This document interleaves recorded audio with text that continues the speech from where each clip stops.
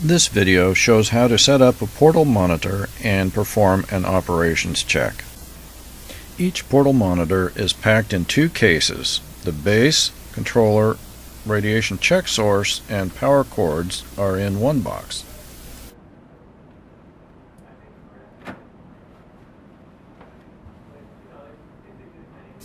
The base has two bayonet connectors with coaxial cable.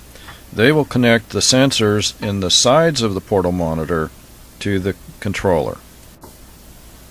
You must make sure your fingers and the connectors will not be cut when you set up the base.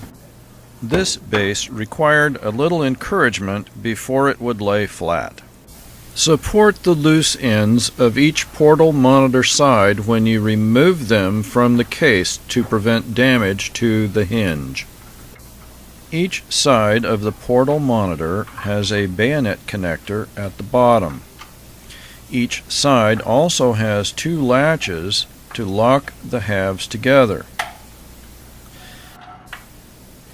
The side that supports the controller has an additional bayonet connector and a 9-pin D connector to attach to the controller.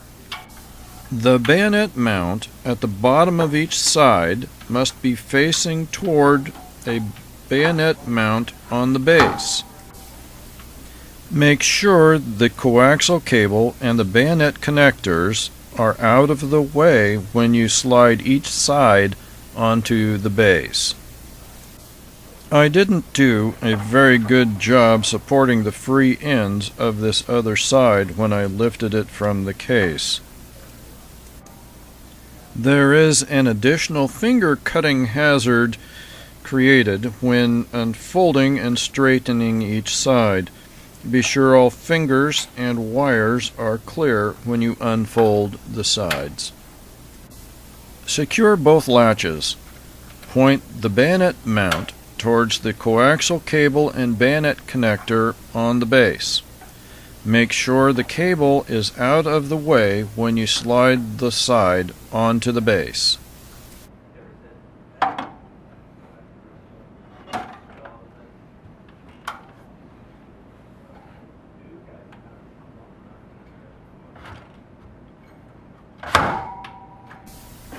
Connect the coaxial cable to the side. Take the top support from the case.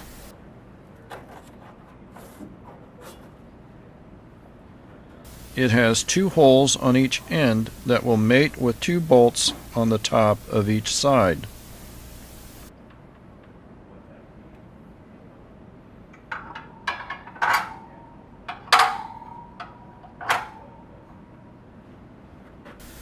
Remove the four knobbed bolts from the case. Two are used to secure each side to the base.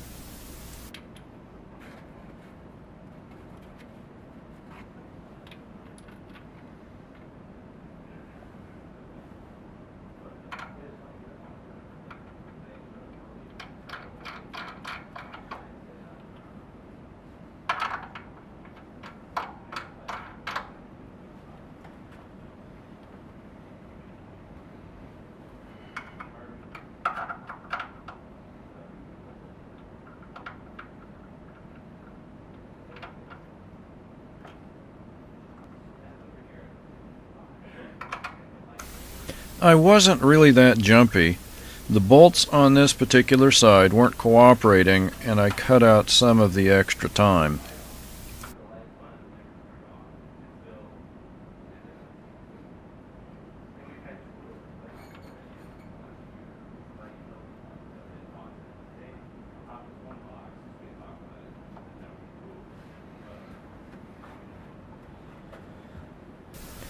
Remove the four wing nuts from the case to secure the top support to the sides.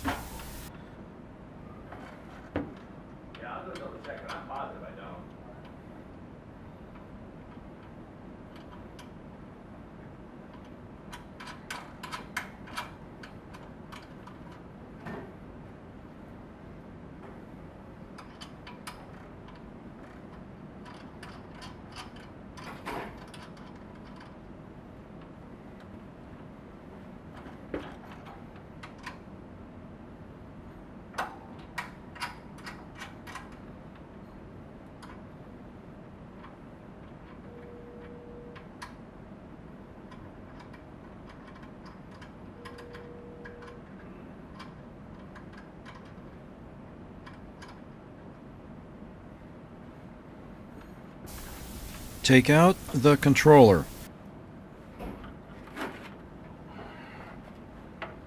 There are two slotted flanges that fit around the side and secure the controller in place. The D connector and power cord will connect to the bottom of the controller.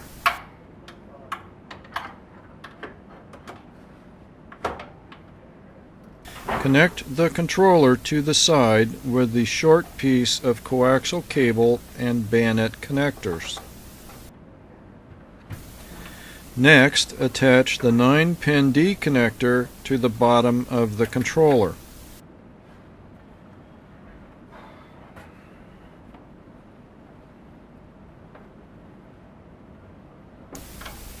Attach the power cord to the controller and then plug it into a power source.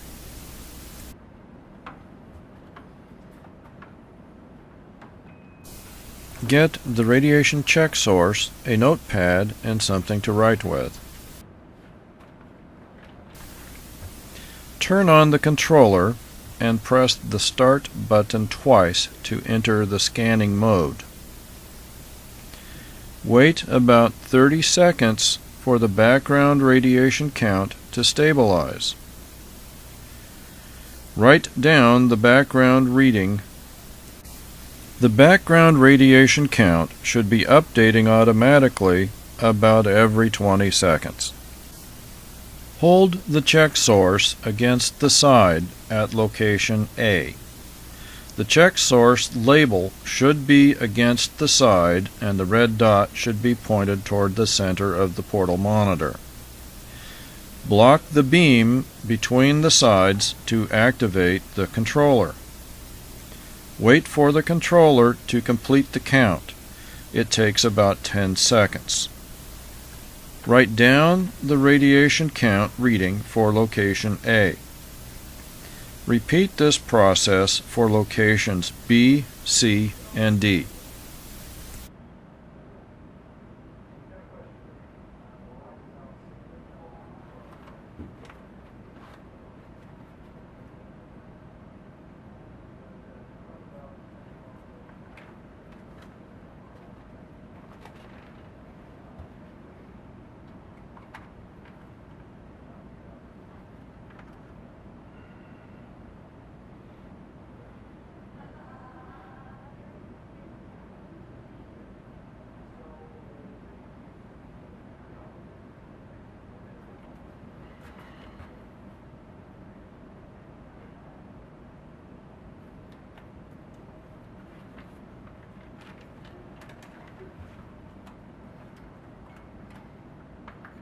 When you have finished checking each sensor, move the check source away from the portal monitor and let the controller scan several times in order to reset the background radiation count.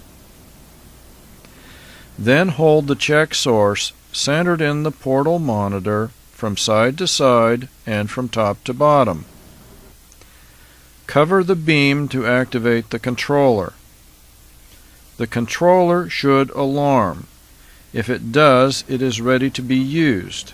If it doesn't, contact the Washington State Department of Health Radiation Protection in order to obtain health physics support. To check the status of the internal batteries on the controller, turn off the controller, remove the power cord, then turn the controller back on and press Start twice. Look at the display on the controller. Near the upper right-hand corner, there should be a message that reads Battery OK. If the battery is OK, the portal monitor can be used briefly without AC power. This concludes this video. If you have any comments or questions, please contact me at b.calvert@bces.wa.gov and I'll get back to you. Thank you very much.